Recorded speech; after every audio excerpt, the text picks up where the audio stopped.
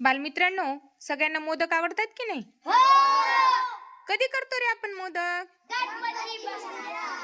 गणपती बाप्पांना करतो आहे की नाही? गणपती बसल्यावर 10 दिवस करतो आणि चतुर्थीला पण आपण मोदक करतो, बरोबर आहे की नाही? तर या मोदकांचं आपण एक छान गीत घेणार आहोत आणि या गीतामधून कशाची ओळख होणार आहे ते मला तुम्हीच गीत संपल्यावर सांगायचं आहे. सांगणार सगळेजण? हे गीत माझ्या कल्पनेने मी म्हणत आहे ते तुम्ही नीट ऐकायचं आहे आणि कृतीयुक्त म्हणायचं आहे. ताटात होते 5 मोदक,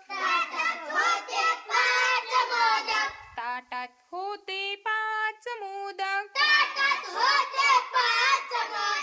पहिला मोदक गणपतीला, पहिला मोदक गणपतीला,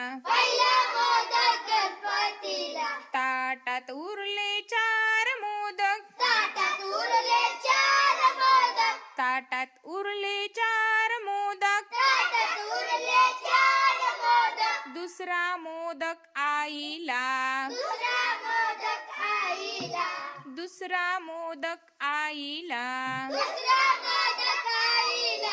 ताटात उरले 3 मोदक, ताटात उरले 3 मोदक, तिसरा मोदक बाबाला, तिसरा मोदक बाबाला, ताटात उरले 2 मोदक, ताटात उरले 2 मोदक, चौथा मोदक दादाला, चौथा मोदक दादाला, ताटात उरला 1 मोदक, पाचवा मोदक ताईला, पाचवा मोदक ताईला, ताटात मला नाही राहिला मोदक, ताटात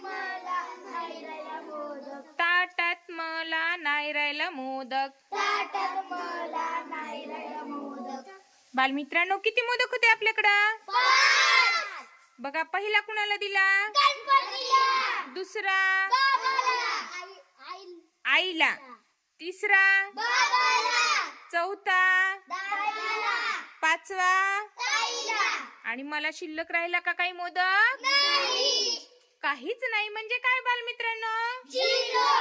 0, 0. बघा, म्हणजेच तुमच्या लक्षात आलं, काहीच नाही म्हणजे त्याचा अर्थ काय होतो? 0, 0. समजलं बालमित्रांनो शून्याची संकल्पना तुम्हाला? खूप छान सगळ्यांनी गाणं म्हटलं, त्याबद्दल छान सगळ्यांनी सुंदर टाळ्या वाजवायच्या आहेत.